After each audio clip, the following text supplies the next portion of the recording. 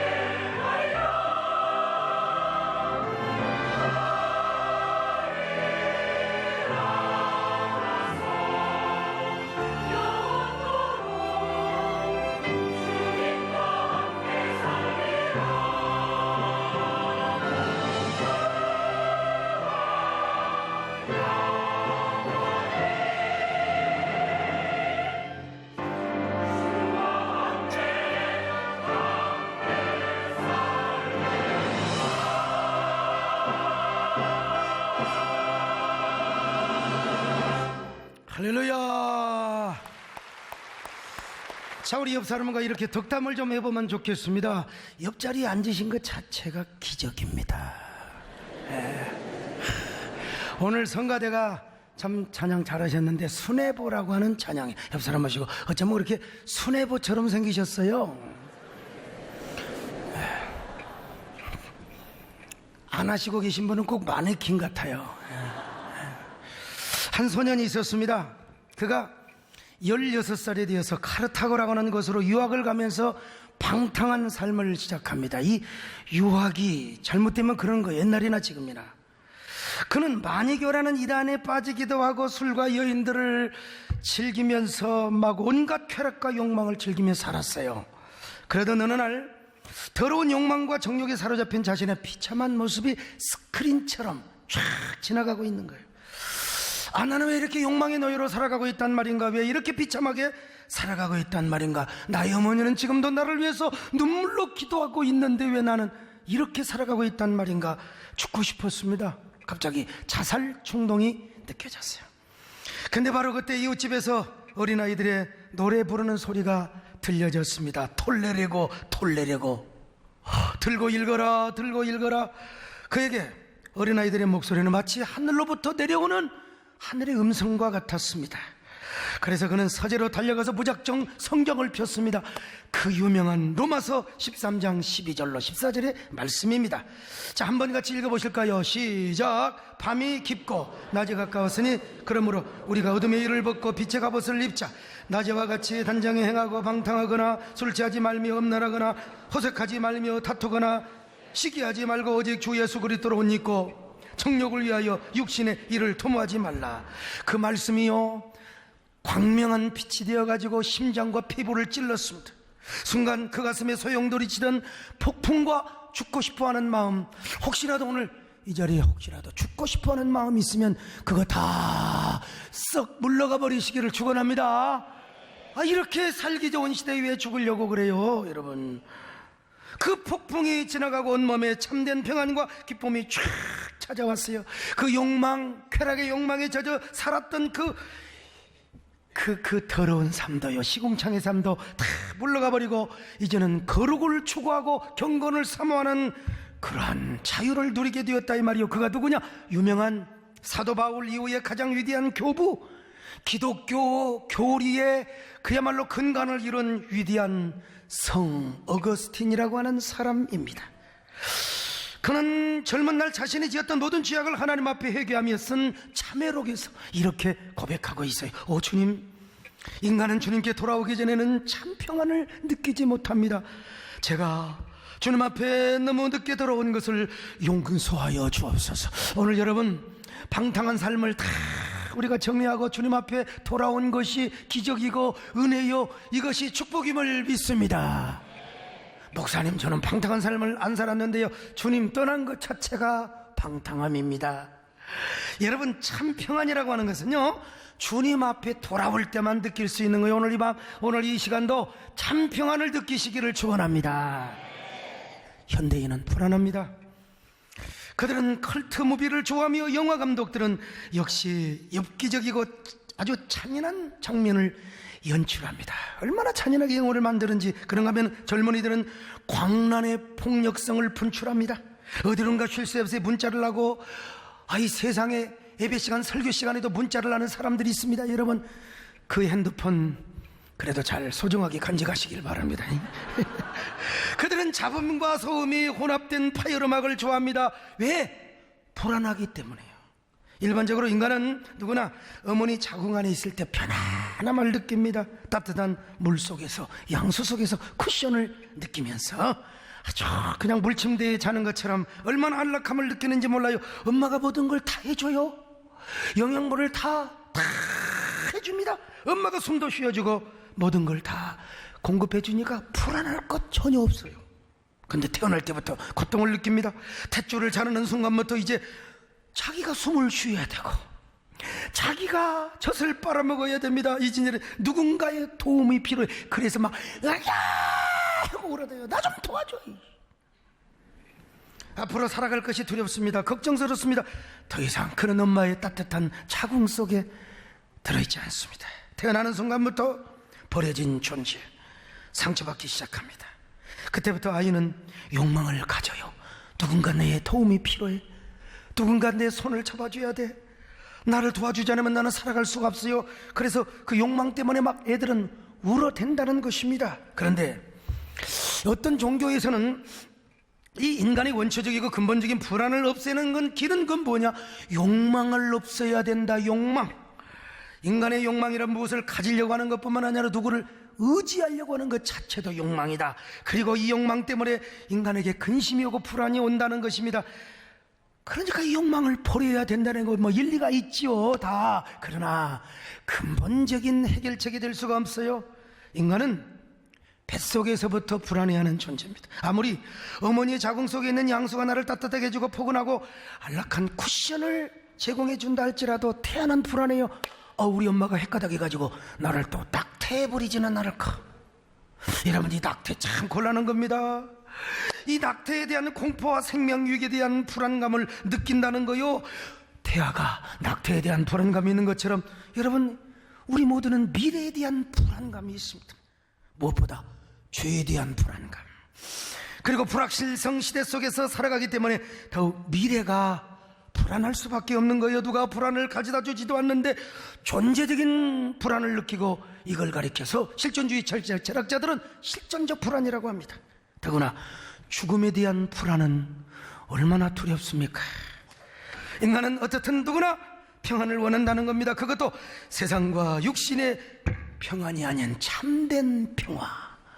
이 참된 평화가 여러분 모두에게 다 소유될 수 있기를 바랍니다. 근데 이 참된 평화는 상황과 관계가 없어요. 아무리 상황이 바뀌고 폭풍우가 저 쓰나미처럼 그냥 불어닥친다 할지라도, 아무리 우리의 삶에 토산의 위기가 오고 내일의 미래를 우리가 보장할 수 없을지라도, 여러분, 참 평안, 영혼 깊은 곳에 있는 평안은 상황과 관계가 없다는 것입니다. 여러분, 그 어떤 상황에서도 우리의 영혼이 참된 평안을 진정으로 누리고 있어요. 오늘 여러분 참 이 얼마나 축복입니까? 바람이 불어도 좋아, 그리고 폭풍우가 불어도 좋아, 비가 와도 좋아, 눈이 와도 좋아, 해일처럼 불어닥치는 저 쓰나미 괜찮아요. 흔들리지 않아. 왜? 그 평안은 우리 얼굴 가양에 있는 게 아니라 영혼 깊은 곳에 있어요. 우리의 심령 깊은 곳에 있다니까요. 마음 깊은 곳에 있어요. 이 평화를 누가 주느냐? 오늘 성경에 예수님만이 주신다. 주님만이 주신다. 요한복음 14장 27절 같이 보시겠습니다. 시작. 평안을 너희에게 했겠지. 곧 나의 평안을 너희에게 주노라. 내가 너희에게 주는 것은 세상에 주는 것과 같지 아니하리라. 너희는 마음에 근심도 하지 말고 두려워하지도 말라. 여러분, 세상에 주는 평안도 있습니다. 근데 이 평안은 일단 건강해야 돼요. 병이 없어야 돼요. 돈이 많아야 돼요. 그리고 미래가 보장이 돼야 돼요. 모든 상황이 다 완벽하게 갖추어져야 돼요. 근데 이 평안은 없어요. 여러분, 대통령이라고 이런 평안이 완벽하게 있겠습니까? 얼마나 많은 스트레스와 근심과 걱정이 있을 텐데요. 세상이 말하는 평안은 일시적이고 찰나적이고 이 세속적인 거예요. 그러나 주님이 주시는 평안은 질병과 상처와 실패 가운데 감사와 기쁨이 터져나오게 되는 것입니다. 요즘 제가 나이가 먹을수록 막 헌금하라, 맥주 감사 헌금이 돌아오는데 여러분 헌금합시다. 그런 얘기를 이상하게 참 나도 마음에 안 듭니다. 여러분, 갈수록 여성화 되어가는 것 같아. 뭔 놈은 막 그냥 이런 총기도 나고 말이죠. 참. 그러나 여러분, 우리 성도들은, 성숙한 성도들이 알아서 감사하시기를 바랍니다. 제가 다음 주는 감사주일입니다 그런 얘기 안 하더라도 알아서 옆 사람하고 인사 좀 하세요. 어쩜 그렇게 잘 알아서 하게 생기셨습니까? 이런 사람은 여러분 불안하지 않아요. 그냥 마음이 얼마나 행복한지 알 수가 없어요. 이게 뭐예요? 참 평화예요. 이 참 평화를 우리가 어떻게 누리는가? 첫째로, 우리 모든 죄와 인생의 폐품 쓰레기를 예수님 앞에 가지고 가는 거예요. 그러려면 예수님을 믿어야 되겠죠. 오늘 전도받아서 행여라도 처음 나오신 분들요, 예수 믿고 살아보세요. 얼마나 행복한지 알 수가 없어요. 저 얼굴 보세요. 얼마나 행복하게 생겼습니까? 저는 제 얼굴이 전도지라고 확신하는 사람이거든요. 제 설교를 듣고 예수를 안 믿는 사람도 참 기적입니다. 여러분 여러분, 인생에 수고하고 무거운 짐이 없는 사람이 누가 있겠습니까? 누구나 다 죄짐을 지고 살아. 죄짐을 지기 때문에 불안해요. 근심이 있어요. 걱정이 있어요.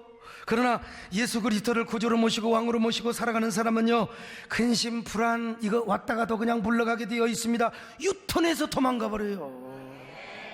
왜냐하면 주님 앞에 모든 걸 다 내려놓고 살아가거든요. 주님 말씀하셨잖아요. 자, 마태복음 11장 28절입니다. 시작. 수고하고 무거운 짐진 자다 다 내게로 오라. 내가 너희를 쉬게 하리라. 오늘도 이 말씀을 듣고 막 쉬시기를 바랍니다. 졸아도 괜찮아요. 그냥 쉬는 마음으로. 목사의 설교가 자장가로 들리는 것도 축복입니다, 여러분. 근데 오래는 졸지 마시고 잠깐만 조시기를 바랍니다. 그리고 졸더라도 한눈만 뜨고 조시기를 바랍니다.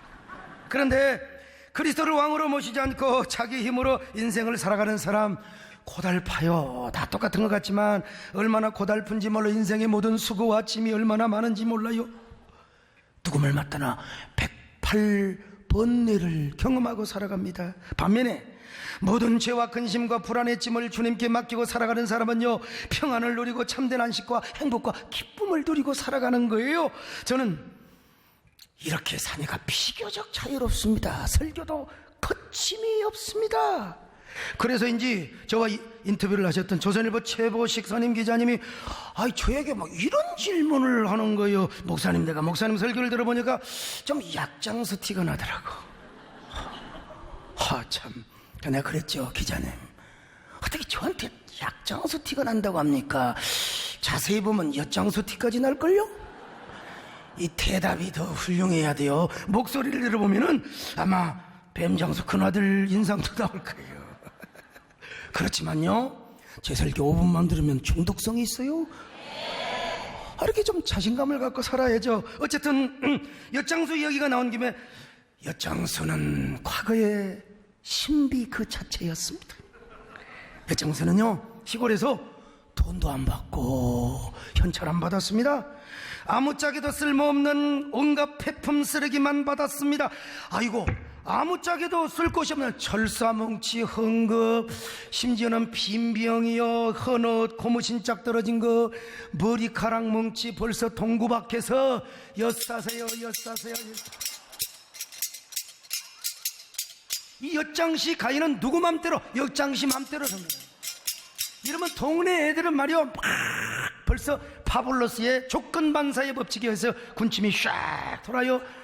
마루 밑에까지 촌놈들은 다 줄 거예요. 이게 서울 사람들은 좀 불쌍해요. 뭐 촌놈들은 막 그냥 뭐 하여튼 간에 막 헌은 쟁기보십 떨어진 거 모든 고철 깡통까지 다 가지고 엿장서 봐. 그러면 그 앞에 줄을 서요. 아니, 그거 뭐가 쓸모가 있다고 말이죠. 그거 주면은 달콤한 엿가락을, 여러분 그 엿 맛 없었어요? 얼마나 달콤한 엿뭉치를 잘라서 주는 걸 참 보면 제가 그 자체가 엿장수는 신비였습니다. 신비.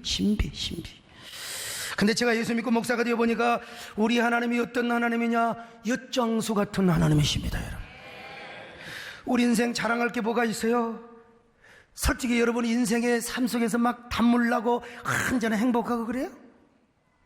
죄와 폐품 쓰레기, 걱정과 불안, 여러분 아무리 좋은 아파트에서 살고 아무리 좋은 차를 타고 다니고 좋은 침대에서 잠을 자더라도 아이고 참 우리 속에는 근심과 염려, 걱정.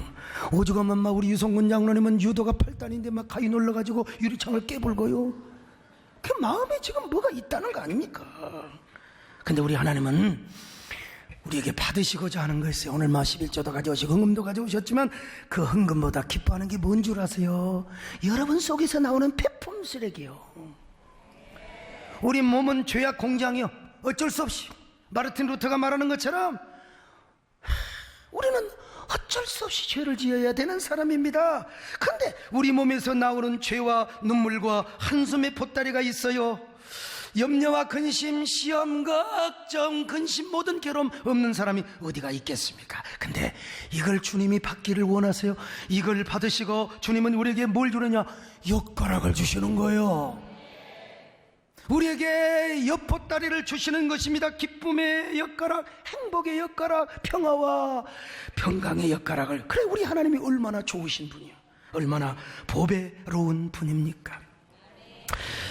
오늘날 설교자들은 이런 하나님을 전해줘야 됩니다. 뭐 윤리적이고 고상한 이야기 다 있고 철학적인 얘기도 중요하지만, 옛날에 설교는 좀 그렇게 뭐랄까 정형화된 설교, 언어와 제스처, 모든 행동 자체가 정형화되어 있어요. 아주 깔끔하고 노블하고, 뭐 빅토리아풍의 우아함, 이러한 그 목회자의 모습을 통해서 우아한 하나님의 모습을 연상시켜주는 아주 굉장히 중요한 역할이었죠.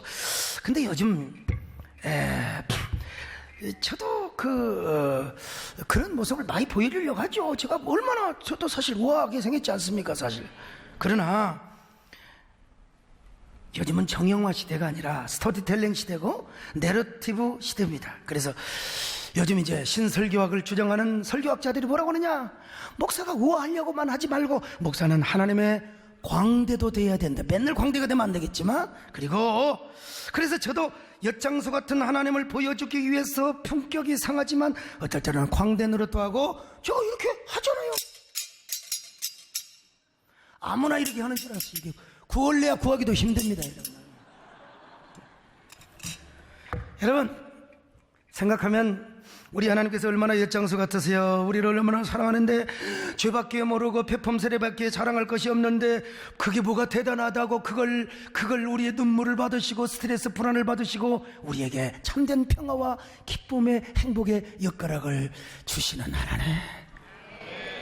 도대체 우리가 뭔데? 여러분, 오늘 여러분에게 어떤 염려가 있습니까? 어떤 불안이 있습니까? 그 불안의 보따리를 주님 앞에 가져오시기를 바랍니다. 십자가 앞에 내던지시기를 바랍니다. 그리고 주님을 바라보시기를 바랍니다. 마음의 평안이 있게 될 거예요. 요즘 보면 가끔 사이코들이 요즘 자꾸 이렇게 많아져요.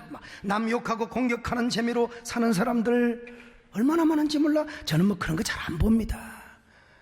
보면 잠 안 오고 열받고 인터넷 그런 거 잘 안 봐요. 근데 하루는 법무장관을 하셨던 아주 저와 가까운 장로님이 저에게 전화를 하셨어요. 목사님, 인터넷에서 목사님을 너무나 심하게 욕하는 사람이 있는데 이 가만두면 안 되겠습니다. 목사님 사인을 해주세요. 제가 알아서 다 고발해서 이 사람이 어떤 사람인가 좀 잡아내겠다고. 그래서 장로님, 아이고 그냥 놔두세요. 그를 위하여 핍박을 받는 자는 복이 있다고 했는데, 저를 욕하고 평안을 하고 행복한 사람이 있다면 그것도 뭐 제가 원래 맷집이 좋은 사람 아닙니까? 근데 아니요, 도가 넘었다는 것입니다. 만약에 목사님이 그 사람 쓴 글을 읽어보면 잠 못 이룰걸요? 동의만 해주세요. 내가 알아서 다 해주겠다.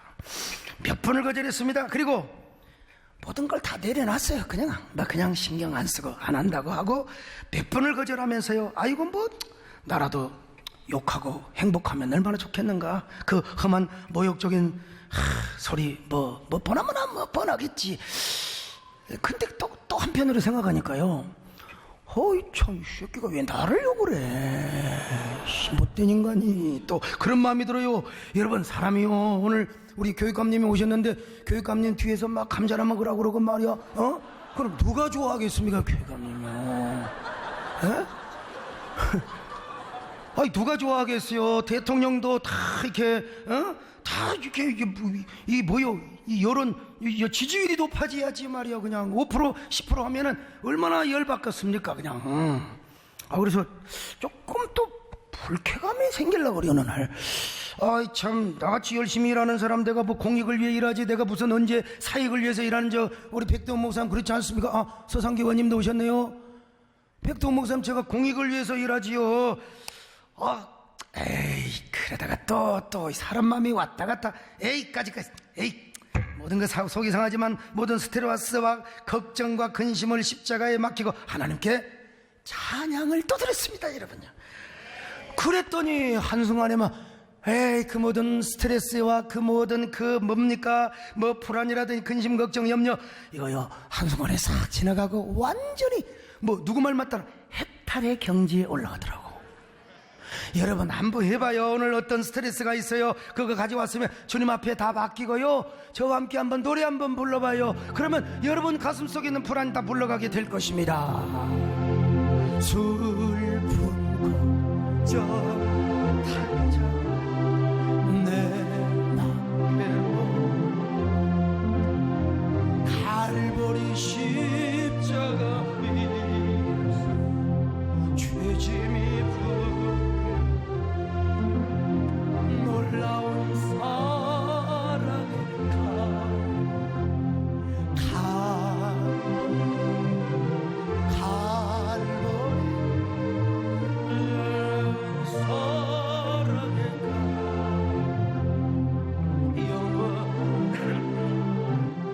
너의 근심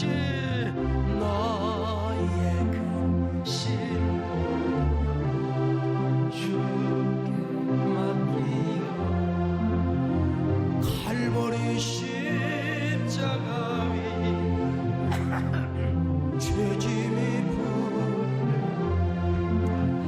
놀라운 사랑의 갈보리 놀라운 사랑의 영원한 여러분 다 해탈했습니다. 해탈이라는 말이 좀 그렇지만 제가 경지를 넘었어요. 근데 또 장로님 또 전화가 왔어요. 목사님 개인을 위해서가 아니라 한국교회를 위해서 이거는 차단을 해야 됩니다. 봉쇄를 해야 됩니다. 한국교회를 위해서. 이게 또 하나님 음성으로 들리는 거예요. 아이 참.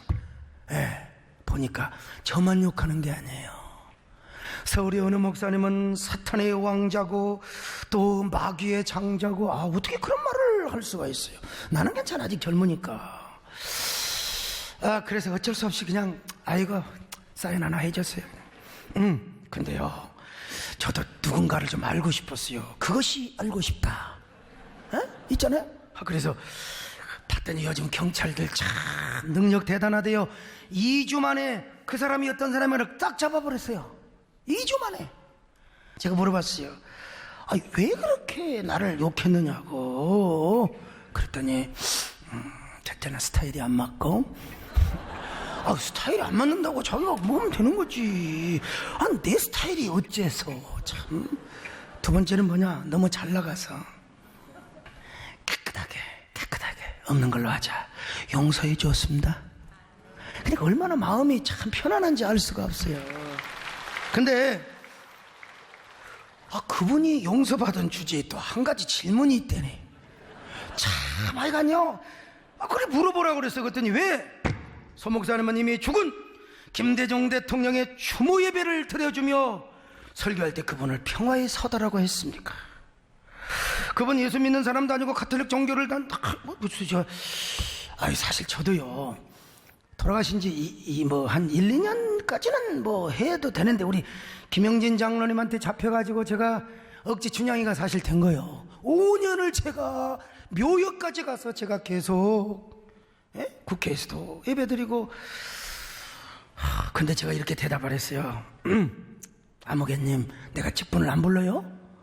아무개님, 저나 아무개님이나 함께 우리 개신교를 믿지만 우리가 영혼 구원을 할 때 오직 예수의 복음밖에 없습니다. 그러나 우리가 기독교 국가도 아니고 함께 더불어 평화로운 세상을 만들어 가는데 설령 전쟁이 없고 원수를 용서하고 화해하는 세상을 만들어 가자는데 좀 설령 전죽으면 어떻습니까? 여러분, 저하고 생각이 다르나요? 그리고 내가 볼 때 그분은 예수를 영접한 것 같습니다. 내가 볼 때 개인적으로.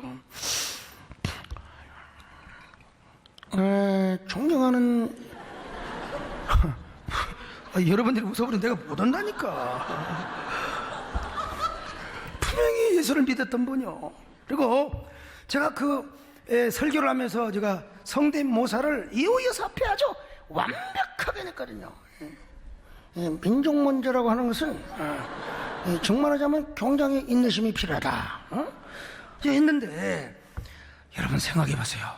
자기의 정적 박정희 대통령의 기념관까지 지으려고 하고, 자기를 죽이려고 했던 이우락을 용서하고, 그리고 이 전두환 대통령이 용서하고 화해를 했지 않습니까?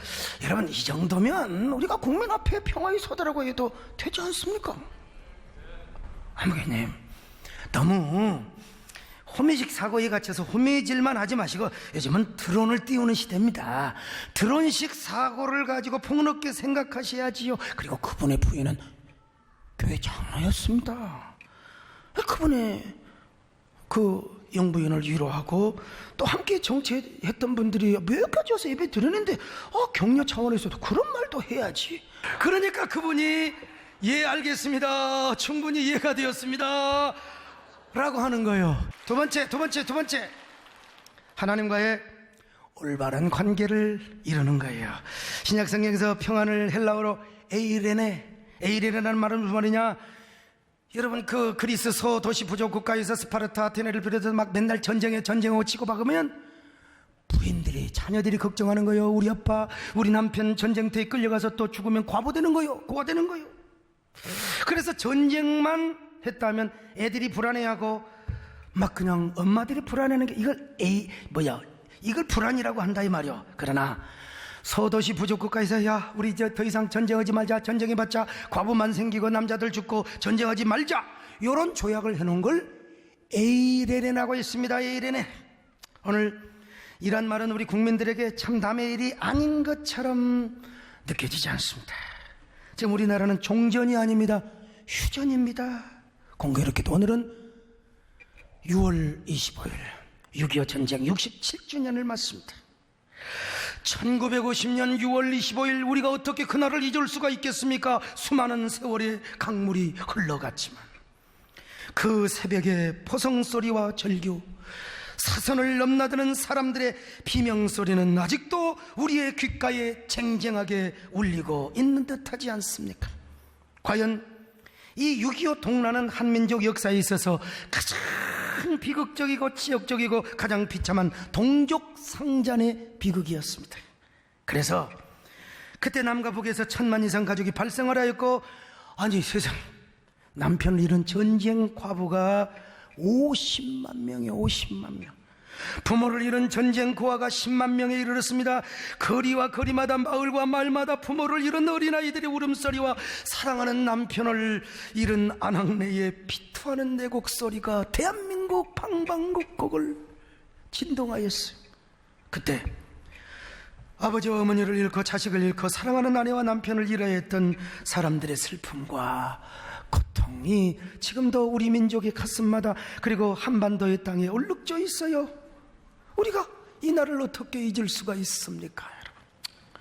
어찌 우리가 이때의 비극과 민족의 아픔, 역사의 뼈아픈 고통의 전쟁을 잊을 수가 있겠습니까?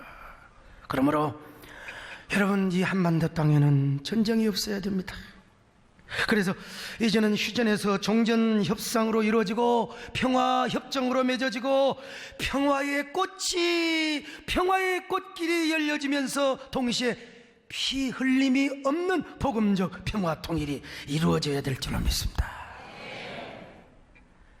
6월 29일부터 한미 정상회담이 이루어지는데 여러분 기도하시길 바랍니다. 요즘 특별히 문재인 대통령께서 한미관계 안보와, 그리고 한미관계와 안보를 강조하시는 걸 보면서 많은 국민들이 박수를 보내고 칭찬하는 것을 볼 수 있는데, 저도 다행스럽게 생각하고요.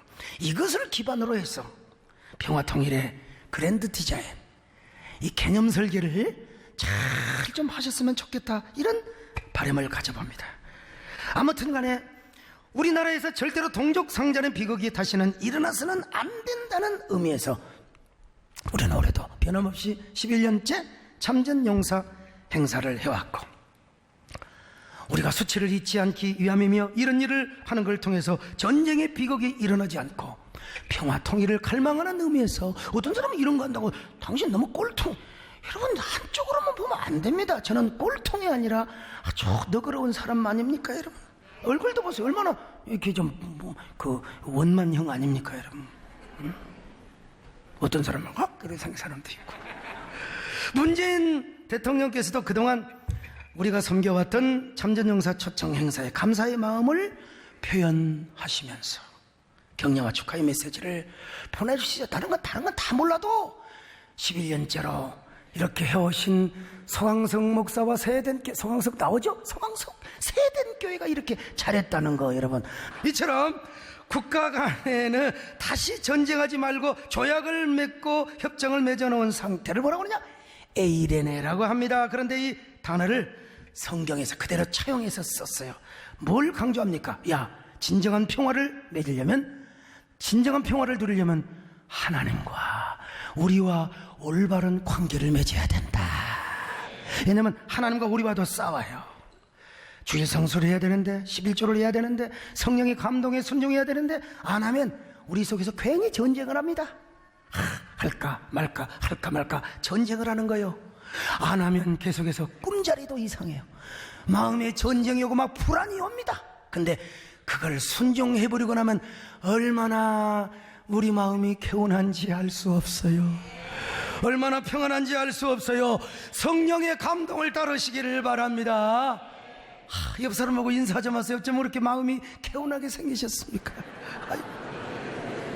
그래서 사도 바울도 말했잖아요. 하나님의 나라는 잘 먹고 잘 사는 게 아니에요. 하나님 성령 안에서 의와 평강과 희락이라. 자, 로마서 14장 17절 시작. 하나님의 나라는 먹는 것 마시는 것이 아니야 오직 성령 안에.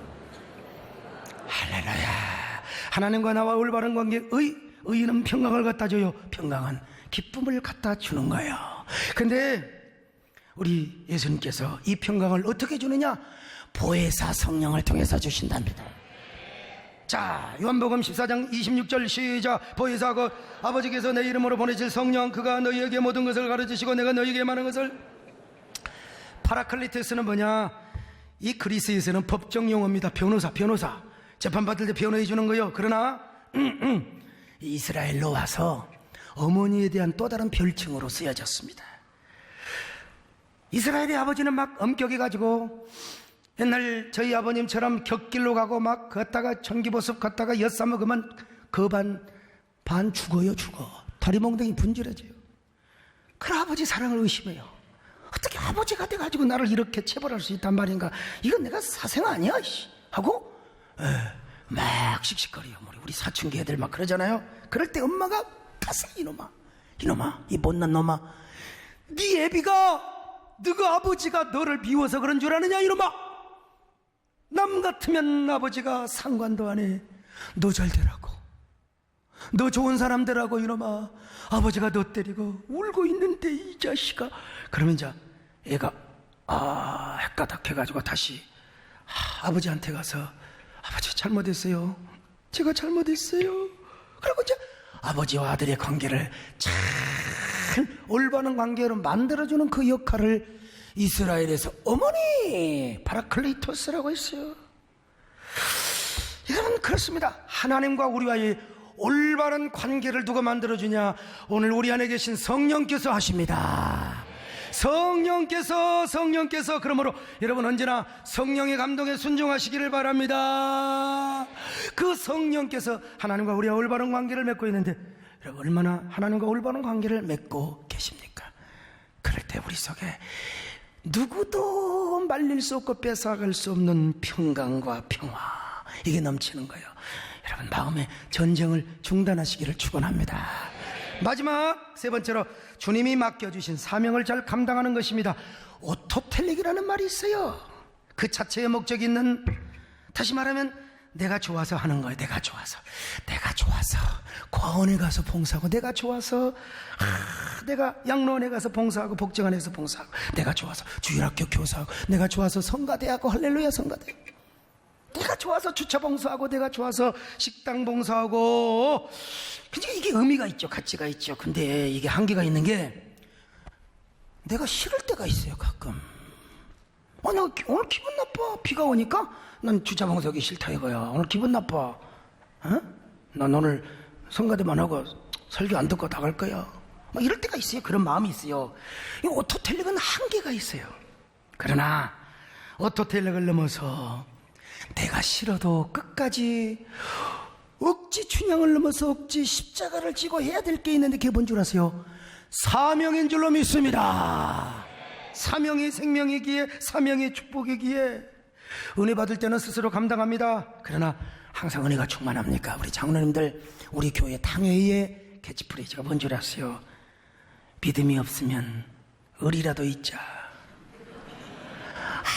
항상 어떻게 은혜가 충만하고 성령 충만할 수 있겠어요? 믿음이 충만할 수, 그래도 우리가 인간적인 을이라도 갖자, 그런 거예요. 은혜가 떨어지면 사명 의식이 없는 까닭에 참 하기 싫어요. 괜히 교회도 나오기 싫어요. 그러나 여러분, 우리는 하기 싫어도 사명은 내가 초이스를 선택하는 게 아니요, 하나님이 주신 거예요. 더러워도 해야 됩니다. 안 입고 와도 해야 돼요. 싫어도 해야 돼요. 해야 됩니다. 참, 여러분, 제 지금 요 종기 때문에, 왜 종기가 왜 하필이면 여기가 나냔 말이에요. 그것도 우리 집사람이 또 왜 건드려 가지고 또 건드려, 내가 또 건드려 달라고 했죠. 그래가지고 지금 미국서부터 지금 이게 며칠 저녁을 아래가지고 오늘 이제 고약을 붙였습니다. 내가 얼마나 고약한 놈이면 또 하나님이 고약을 붙이죠. 그래도 사명이니까 이거 고약 붙이고 지금 설교하잖아요. 에? 우리 여러분, 힘들어도 하기 싫어도 죽기를 각오하고 사도 바울이 그래서 마음이 깊은, 마음에 뺏어갈 수 없는 평강을 누렸지 않습니까? 오늘 우리가 이런 성도가 되시기를 바랍니다. 절대로 사명 피하지 마시고, 오늘 주님 앞에 나왔으니까 여러분의 그 배품 쓰레기 주님 앞에 다 던지시기를 바라고, 하나님과 올바른 관계를 맺으시기를 바라고, 그리고 사명의 삶을 사시기를 바랍니다. 그런 여러분에게 하나님이야 평화를 폭포처럼 물이 바다를 덮음같이 주여 나의 영혼을 평화의 파도가 엄몰하게 하옵소서. 그런 저와 여러분 되시기를 축원합니다. 하나님 고맙습니다. 우리 모두 참 평화의 주인공이 되게 하여 주시옵소서. 예수님의 이름으로 기도드리옵나이다. 아멘.